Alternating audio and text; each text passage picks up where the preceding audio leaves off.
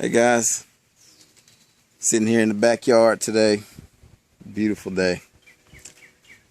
Thought I'd just tell you something that's on my mind, I guess, if anybody cares to know. I watched, anybody who watches my channel knows I absolutely don't believe Jesus is God. And not just as far as the Trinity of oneness, but in any way, he's not deity. He's a human Messiah. But I watch a lot of videos where people try to present the idea that he is, whether it be oneness belief or Trinitarian belief. And I give all of them a good shot, I do. But nobody can give me what it is that I'm looking for. Because what I'm looking for is what I believe has to be there in order to believe something like that. Someone has to teach it. Okay? But nobody ever does, and what I do get when I watch these particular videos that are supposed to prove it is I get a lot of verses that get thrown together with the supposition that I'm supposed to interpret it as a Trinity. Why do I have to interpret it as a Trinity? Or as oneness belief? Or as dual nature belief? Or is that God is able to die but not really? I have to interpret it that way because nobody ever says it. Follow what I'm saying? I have to interpret it that way because nobody says it. I have to take things that are said and mentally rearrange it in my mind to say what he really means is the Trinity. You read Genesis 1:26. There's a very, very easy understanding of Genesis 1:26, and it's not an interpretation of it. It's just exactly what was going on. But instead, I'm supposed to see God saying, "Let us make man in our own image," and I'm supposed to say Trinity. Although nobody's talking about a Trinity in that passage, although God is not trying to convey himself as a Trinity in that passage, although God is not teaching me that he's a Trinity.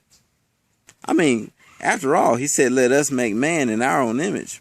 Okay, if you want to go the plurality route, well, how many plurals were talked about there? Was it 3, 4, 17, 58, 2, 11? He didn't say 3 because he's not teaching it. That's the point I'm trying to make here. They're not teaching the Trinity. So you have to actually understand that's not a Trinity proof text. A Trinity proof text is somewhere somebody teaching. I'll demonstrate a Unitarian proof text. Okay? Not anything I haven't said before. Isaiah 44:24.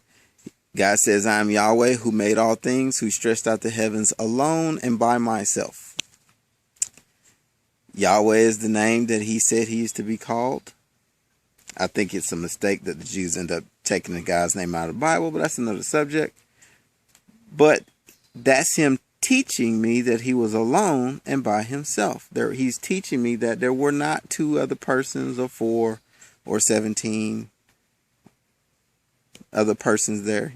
He's teaching me that he was alone. He's teaching me that he did it by himself. And if you're going to say that the Trinity is 3 persons that are separate and distinct from one another, then that, my friends, is not alone. So I would have to conclude that that teaching is not what the Bible's teaching. See, that is the difference between something being taught in the Bible and something not being taught in the Bible.